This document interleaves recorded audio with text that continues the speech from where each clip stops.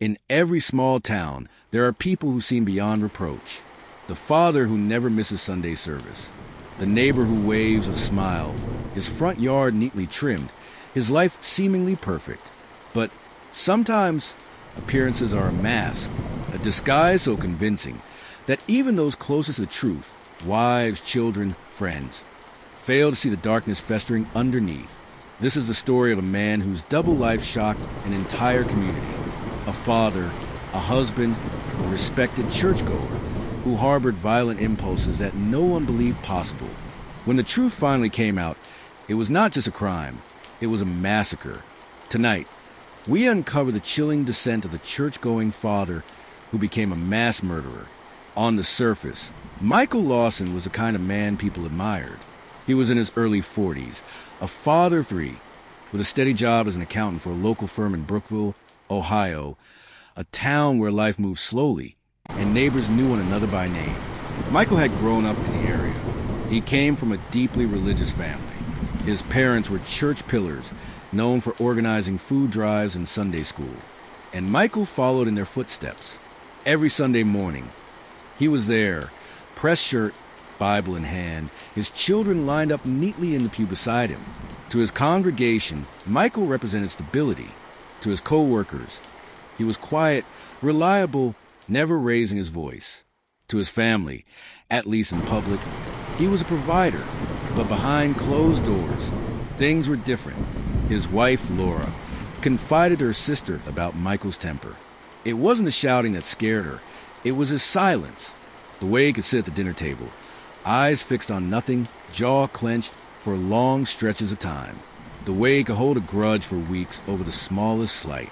He wasn't abusive in the traditional sense, at least not at first. But there was a coldness, a detachment, that made the Lawson home feel less like a sanctuary and more like a prison.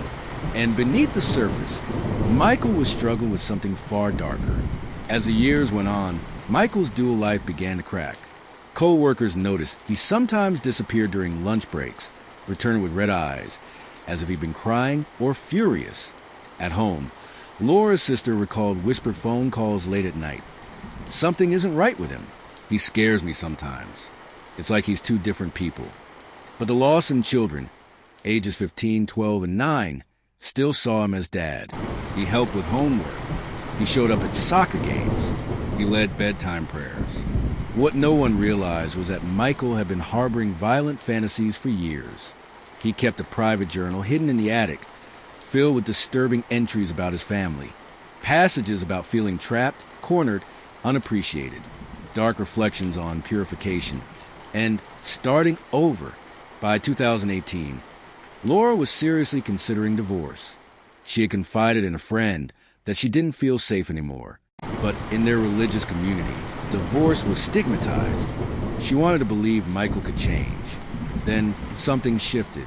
In early 2019, Michael lost his job. The firm had been downsizing, and he was one of the cuts. To most, it was unfortunate. To Michael, it was catastrophic. His identity, provider, father, man of the house, was suddenly in question.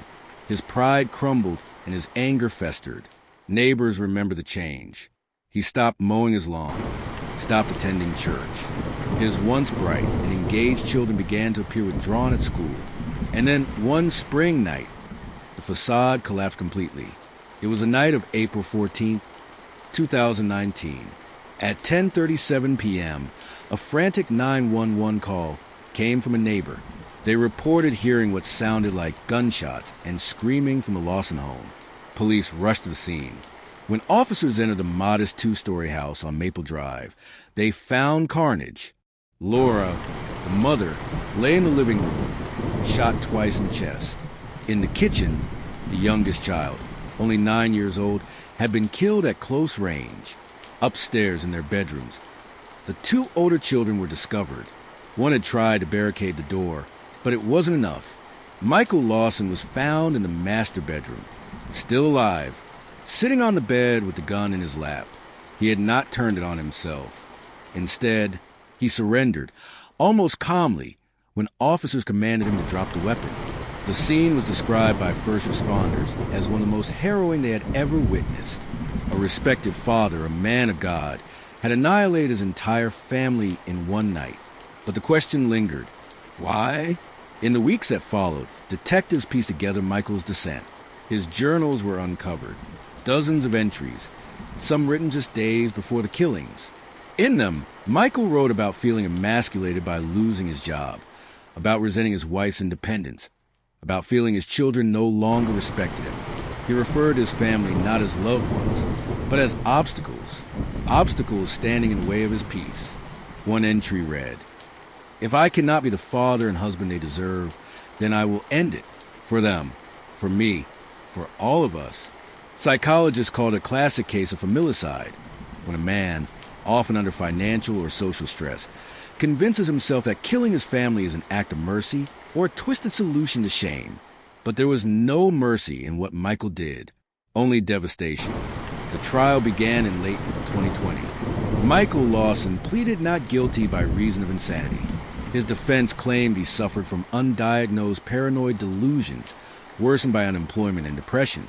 They argued he wasn't in control of his actions, but prosecutors painted a different picture. Cold, calculated murder. They presented his journals, his purchase of the gun weeks prior, his systematic killing of each family member. The jury deliberated for just 4 hours. Michael Lawson was found guilty on 4 counts of first-degree murder. He was sentenced to life in prison without parole. In court, Laura's sister gave a statement. He was supposed to protect them. Instead, he destroyed them. I will never forgive him. None of us will.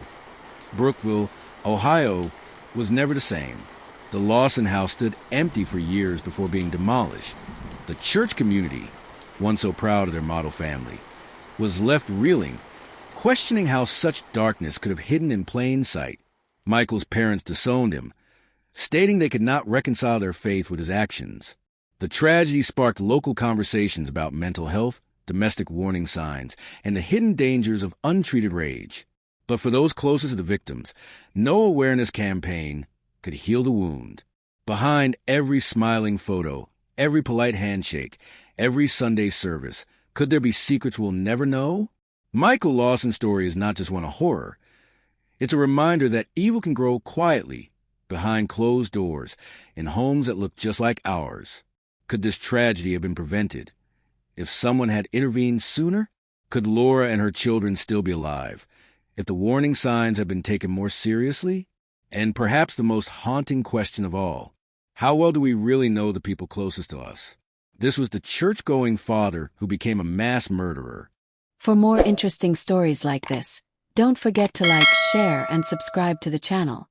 It helps us create more in-depth true crime documentaries for you.